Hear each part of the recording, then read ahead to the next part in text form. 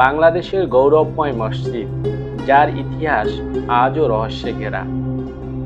কুমিল্লার মনোহরগঞ্জে অবস্থিত বড় শরীফপুর মসজিদ দাঁড়িয়ে আছে নটেশ্বর দিঘির তীরে শতাব্দীর সাক্ষ্য হয়ে। মসজিদটির 3টি গম্বুজ, 3টি মিহরাব ও সাদাসিধা মোগল স্থাপত্য শুধু সৌন্দর্য নয়, এক ধ্যানী পরিবেশও তৈরি করে। কিন্তু নির্মাণ কাল নিয়ে মতভেদ। কেউ বলেন 1657, কেউ বলেন 1706। সত্যিটা কি তবে হারিয়ে গেছে শিলালিপির ভিতরে?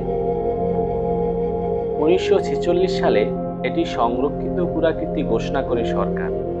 আজও চলছে নামাজ, আর ভক্তরা খুঁজে পান আত্মিক প্রশান্তি। বড় শরীফপুর মসজিদ ইতিহাসের নীরব ভাষ্য, আমাদের এক ঐতিহ্যের প্রতীক।